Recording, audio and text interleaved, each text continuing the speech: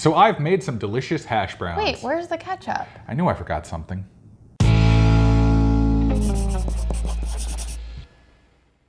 Welcome to Crocs in the Kitchen. I'm Brian. And I'm Jessica. I have made us a delicious breakfast on this Saturday morning, and unfortunately, Jessica wants to top it with some ketchup. Yeah, I kind of want some spicy ketchup. Yes, she does. We ate that a lot during our Mary's Mini, and we're all out of it.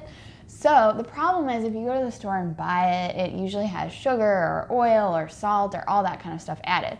So I challenged Brian to create us a spicy ketchup that has no sugar added, no salt added, and also no oil. And I feel that I have succeeded in this. We'll see. Hit it.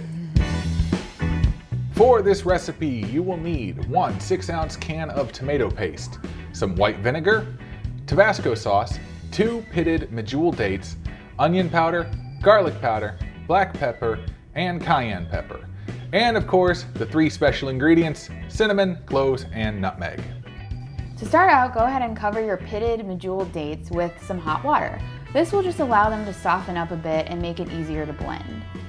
Or you can skip the dates and just use a tablespoon of maple syrup and skip all of the blending process that is about to be shown. Yeah, Brian wanted to use maple syrup, but I thought it would be fun to try sweetening this with dates. And I like how it turned out, but the maple syrup is also super tasty. The next step for us is to blend this all together, add in the entire can of tomato paste. If I were a better cameraman, this would look a lot prettier, but just to show you, we like to use the no salt added kind from Whole Foods. It is a very nice tomato paste and we use it in a lot of different things. Up next, you're going to add 2/3 a cup of water. And 2 tablespoons of white vinegar. After that, you will add in 1/4 to 1/2 teaspoon of Tabasco sauce. We like it good and spicy, so we are adding in the entire amount. Keep in mind, yes, this will be very spicy ketchup. After that, add in your dry ingredients, 1 teaspoon of onion powder, 1/2 teaspoon of garlic powder, 1/4 teaspoon of ground black pepper, and we are adding in 1/4 teaspoon of cayenne pepper. If you want to make it less spicy, go ahead and use 1/8, or you can eliminate this if you just want to have the Tabasco in there. After that, add in a dash of nutmeg, a dash of cinnamon, and a dash of clove.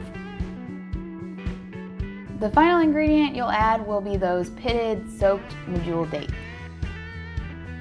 Now we're going to go on to the blender.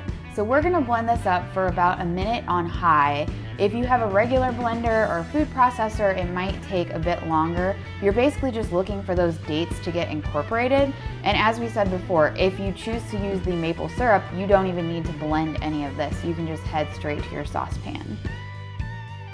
That doesn't look exactly like ketchup just yet. But it'll get there, trust us. This will lead us to the next step where we're going to strain our ketchup. We are using our underblade spatula to get all of that ketchup out of that blender though. So this is another one of those steps that you can probably skip altogether. We were just like, hey, what would happen if we put this through the strainer? Why not? And you know, I think it did make it a bit smoother, but I'm not sure it's entirely necessary. It's just fun. Yeah, just keep pushing it down through the mesh strainer and eventually it will all go through. Also keep in mind, a bunch of it will be sucked to the back, so don't lift it up and fling it everywhere like I almost did.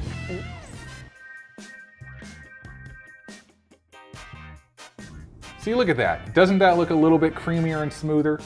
It's looking good. After that, turn your temperature to medium-low and cover with a lid. Do you really need to heat this up? Yes, you do. It'll make the flavors incorporate a lot nicer. Basically what you want to do is just bring it to a simmer, so stir occasionally with the lid on until you start to see it bubble. Once it starts to bubble, you can go ahead and turn your stove off and then just keep stirring until it starts to cool down. You just don't want to burn the ketchup to the bottom of the pan. And no, I have not done that yet, Jessica. I saw the look in your eyes. So up next, you're going to bottle your ketchup. We use our fancy Tupperware funnel to do this. Get it in the bottle, Jessica. Okay. So if your ketchup is a little bit too thick, you can go ahead and add in some water. We ended up adding actually about a 1/4 cup of water to get it to the right consistency that we liked. You can also add vinegar if you want to make it a bit tangier. But just tap it in the funnel and it'll eventually all go inside and you have a nice bottle of spicy ketchup.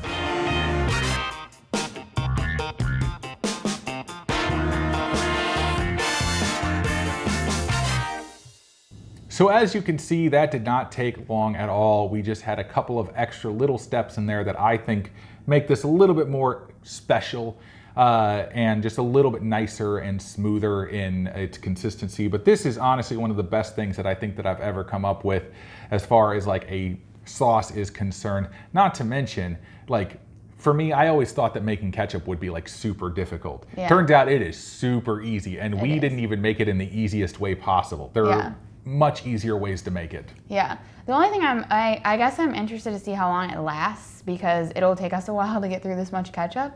So from what I've read, I feel like it will last for about a week or so in the fridge, but let us know if you guys have any experience making your own ketchup at home and how long it seems to last.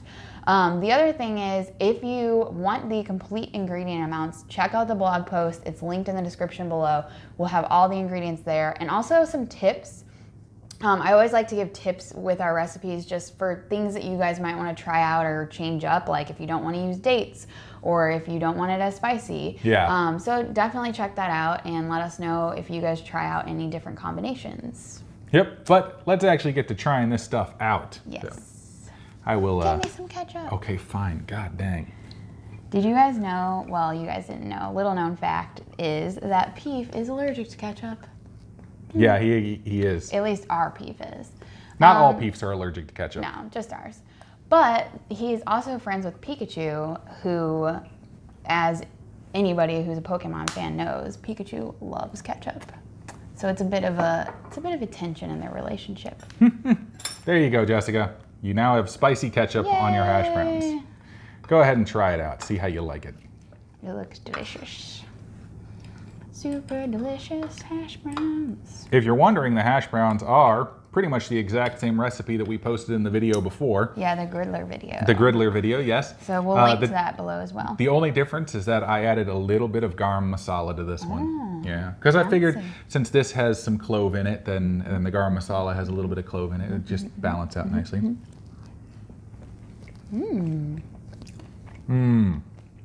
Oh yeah. It's good and tangy. It's got a good bit of sweetness to it, and that's got a real kick of spice to it. I like it.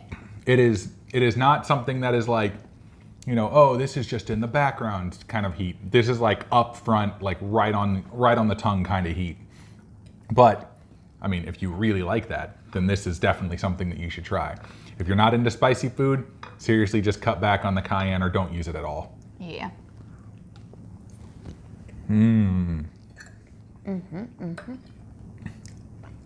Yeah, that's great. I dig it. I dig it too. The only thing is that I just thought of. Oh yeah?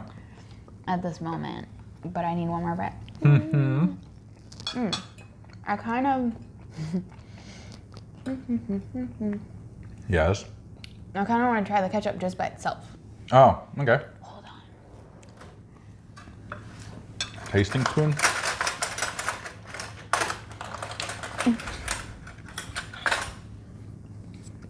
Tiny spoon.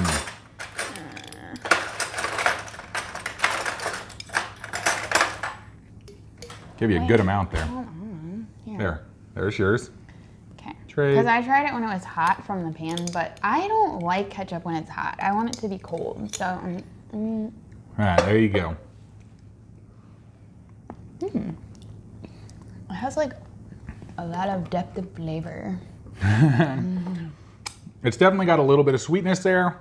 It's got that tanginess. If you add a little bit more vinegar, you'll have a bit more of that instead of adding more water to it.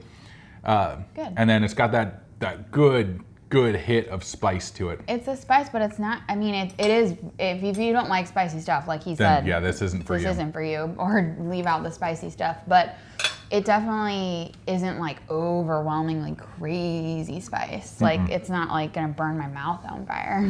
Well, at least not for a good long while. But Yeah, it's pretty spicy though, but I do like spicy stuff. So.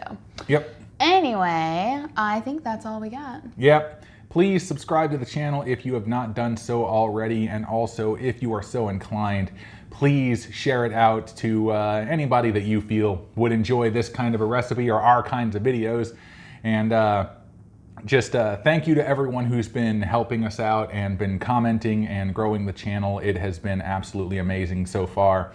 Keep it up. It's just awesome. Also, please find us on all of our social media stuff, especially Instagram. Jessica still loves to post on Instagram. And yeah, I'd say that's pretty much it. That's it. That's all I got. That's all I got. We will see you next time on Crocs in the Kitchen. Get to eating, Jessica.